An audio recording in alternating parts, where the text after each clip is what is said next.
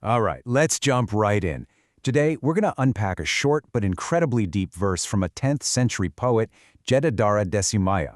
Now, it kicks off with a really provocative comparison, but stick with it because it ends with a truly profound spiritual insight. Think of it as a thousand-year-old puzzle, and we're about to solve it together. And bam! Right out of the gate, he hits us with this. It's a startling line, and it's absolutely designed to make you sit up and pay attention. It feels a little scandalous, right? What on earth could connect a simple disguise with a prostitute? It's a riddle, and figuring out the answer is exactly what makes this verse so brilliant. So this is the central question, isn't it? This is what we're here to figure out. And it's not just about understanding the words on a page. It's about getting to the heart of a deep philosophical point he's making, about our own lives, our identities, and maybe even our connection to something bigger than ourselves. Okay, so to get our heads around this, we've got to break it down into its parts. We're going to start by deconstructing the two key symbols at the very heart of this poem, and we'll begin with this idea of the disguise. So when he says disguise, or Vesha in the original, he's not talking about, a Halloween costume. He means the roles we all wear every single day. Your job title, that's a disguise. Your role as a parent, a student, an artist, all disguises. It is the social identity, the persona, that we build and show to the world just so we can function in it. And suddenly, when you look at it like that, you start to see the connection he's making. A disguise is a social role that shapes how people see you. Well, the role of a prostitute is also a very specific social role that shapes public perception. Both are, in a way, personas that are put on to navigate and function in the world. The poet is asking us to look past our own judgments and just see the shared mechanism at work here. Okay, so they're both roles, we get that, but the connection goes way deeper. Decimaia's real point, the whole hinge of the poem, rests on one very specific quality that both of these things share.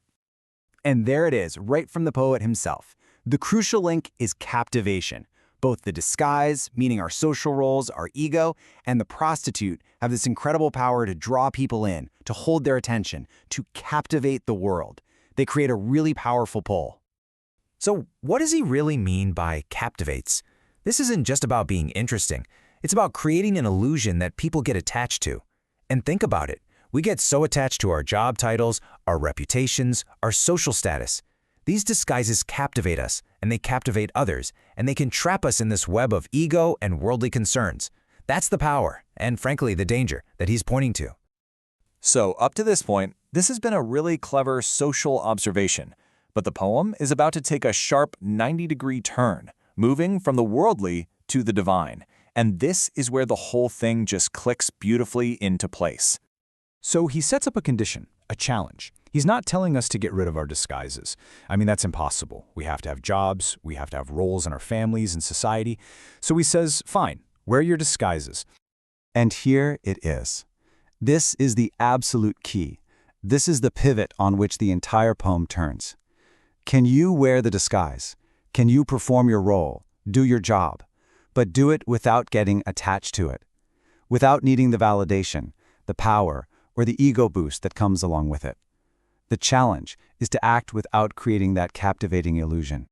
And boom, there's the punchline. To wear a role but remain completely unattached to it. To participate fully in the world without being captivated by it. That, Decimaya says, is the very nature of the divine. That state of being is God. The whole shocking comparison at the beginning was just a setup for this incredible spiritual instruction.